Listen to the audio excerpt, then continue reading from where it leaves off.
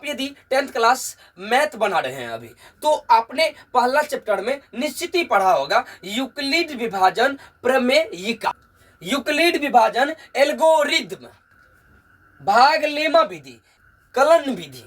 तो दोस्तों, मैं इंदल सर आपका अपना YouTube चैनल IND के क्लासेस में तहे दिल से हार्दिक हार्दिक अभिनंदन करता हूं। आज मैं इस वीडियो के माध्यम से यही यूक्लिड विभाजन एल्गोरिथम के बारे में चर्चा करने वाला हूं। तो आइए जानते हैं यूक्लिड विभाजन एल्गोरिथम क्या है। बड़ी ही इंपॉर्टेंट होता है यूक्लिड विभाजन प्रमेयिका विधि पे सवालों को सोल्व करना। दोस्तों, यदि आप कमजोर विद्यार्थी हैं तो फटाफट से इस चैनल को सब्सक्राइब कर दें, क्योंकि हम मैथ को बड़ी आसान तरीका से समझाने का प्रयास करता हूं।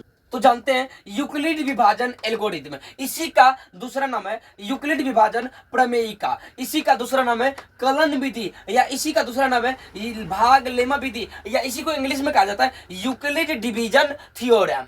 तो देख सकते हैं आप यूक्लिड विभाजन एल्गोरिथम क्या है। तो कहते हैं यदि दो धनात्मक पूर्णांक, धनात्मक समझते होंगे आप कि जीरो से जो बड़ा रहेगा ना उनको कहा जाएगा धनात्मक पूर्णांक। यदि दो धनात्मक पूर्णांक ए और बी हो, ये दो तो धनात्मक पूर्णांक मान लेते हैं, एगो ए है एक है बी, ए में बी से भाग दिया जाए और ए में क्या करेंगे, बी से जब भाग देंगे तो भागफल क्यू, भागफल जो प्राप्त होगा उनको मान लेते हैं क्यू, शेषफल आर प्राप्त हो। तो भागफल प्राप्त हुआ क्यू और शेषफल आर प्राप्त होगा। तो कंडीशन कहता है यूक्लिड विभाजन एल्गोरिथम का कि ए बराबर हो जाएगा बी क्यू प्लस आर। यहां जहां कंडीशन है क्या, zero is less equal than r is less than b. अब इसका मतलब समझाते हैं, आप समझिए इसको बढ़िया से, निश्चित ही समझा देंगे आपको। तो मान लेते हैं कि दो संख्या है, ठीक, दोनों धनात्मक है। धनात्मक का मतलब आप समझ जाइए कि जीरो से बड़ा की बात हो रही है। तो उसमें दो संख्या है, उनमें एक बड़ी है, बड़ा है जो है ना उनको ए मान लिए और छोटा जो है ना उनको बी मान लिए। तो क्या किए, बड़ा संख्या में छोटा संख्या से भाग दे दिए। दोनों धनात्मक पूर्णांक है, भाग जो देंगे तो कुछ भागफल प्राप्त होगा। भागफल जो प्राप्त होगा उनको कहते हैं क्या, क्यू, और जो शेष प्राप्त होगा, तो जो शेष प्राप्त हुआ उनको कहते हैं आर।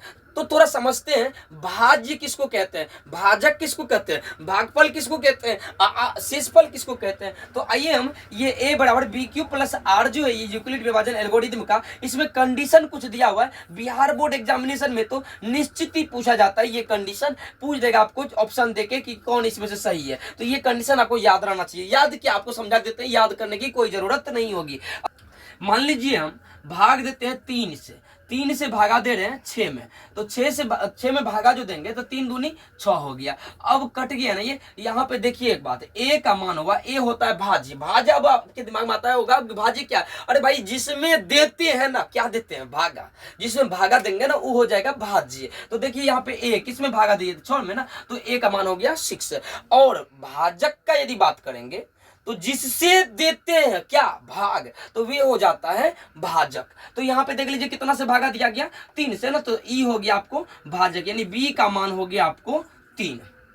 जो प्राप्त होता है ना, जो प्राप्त होता है उनको कहा जाता है भागफल। तो देखिए प्राप्त कितना हुआ, 2 ना, तो ये हो गया आपको क्यू का मान हो गया 2। और भाग देने के बाद जो बच जाता है उनको कहते हैं शेष। आप देख सकते हैं यहाँ पे कुछ बचा है क्या, नहीं बचा है, तो आर का मान हो गया क्या, 0।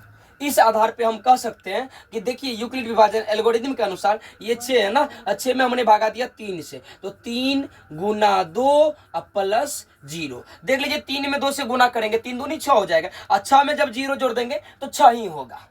दोस्तों, यदि आपको हमारी ये वीडियो अच्छी लगे तो एक लाइक जरूर कीजिएगा और फटाफट से चैनल को सब्सक्राइब कर दीजिएगा, क्योंकि नया सेशन का जो 10th क्लास स्टार्ट हुआ है ना, उनका मैं 0 से हाई लेवल तक का मैथ करने वाला हूं। सब चैप्टर को A to Z एक्सरसाइज के साथ, एक टॉपिक्स के साथ चर्चा करने वाला हूं। तो इसलिए फटाफट से सब्सक्राइब जरूर करें।